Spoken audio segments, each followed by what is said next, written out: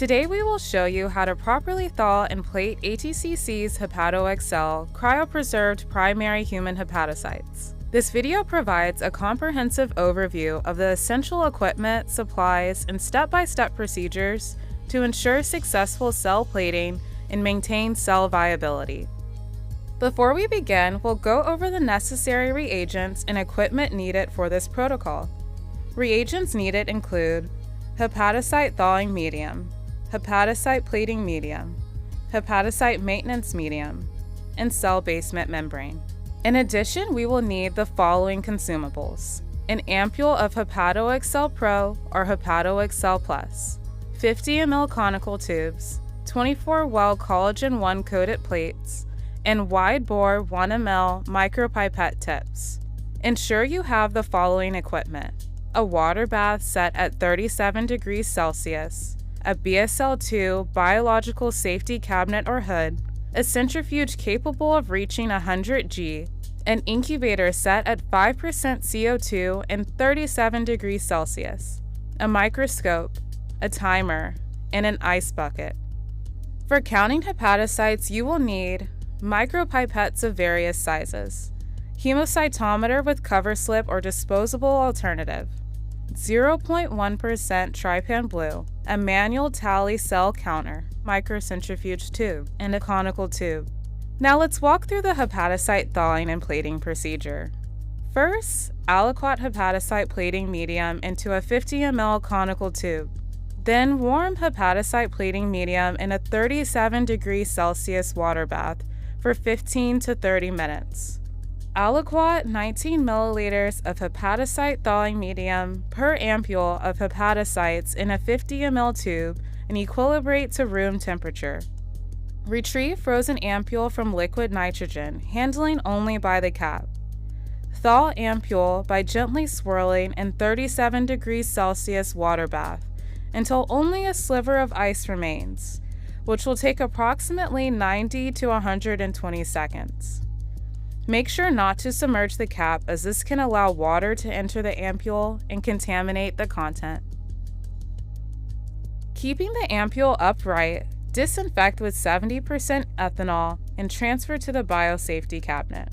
Pour the content of the ampule into the 50 ml conical tube containing hepatocyte thawing medium. Using a wide-bore tip, rinse ampule once with 1 milliliter and pour the content back into 50 ml conical tube. Centrifuge the 50 ml conical tube containing cell suspension at 100 G for 10 minutes at room temperature. Carefully remove the tube from the centrifuge. Aspirate the supernatant carefully without disrupting the cell pellet.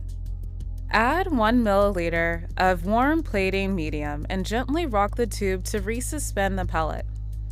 Add 2 additional milliliters of hepatocyte plating medium into the cell suspension to bring the total volume to 3 milliliters. The next step is to determine cell count and viability using trypan blue exclusion method. First, aliquot 450 microliters of 0.1% trypan blue solution into a microcentrifuge tube. Resuspend the cell suspension by gently rocking the 50 ml conical tube. Pipette 50 microliters of the cell suspension into the trypan blue solution. Mix well by inverting the tube a few times. Load each chamber of the hemocytometer with 10 microliters of the cell suspension.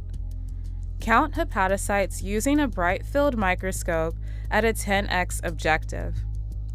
Calculate the average live cells and divide it by the number of quadrants counted on the hemocytometer. Determine the total viable cells and percent viability using the calculation shown here. Adjust the total volume of the cell suspension to obtain a final concentration of 800,000 cells per ml. Pipette 500 microliters per well in a 24-well collagen-coated plate. If you are using a different plate format, please refer to this table for best seating density and recommended cell suspension volume. Shake the plate horizontally in a T motion and visually ensure that the cells are not aggregated in the middle of the well. Place the plate under a microscope for about 2 minutes to allow the cells to settle. Verify seeding density under the microscope. It is important not to overseed or underseed the hepatocytes. Here is a reference image showing what the ideal seeding density should look like. Adjust seeding density as needed by either adding more cells if underconfluent or by removing excess if overconfluent. Then plate the remaining wells with the appropriate seeding volume determined. Carefully place plate in incubator while gently shaking in a T motion. 1 hour after seeding, give the plate another shake in a T motion.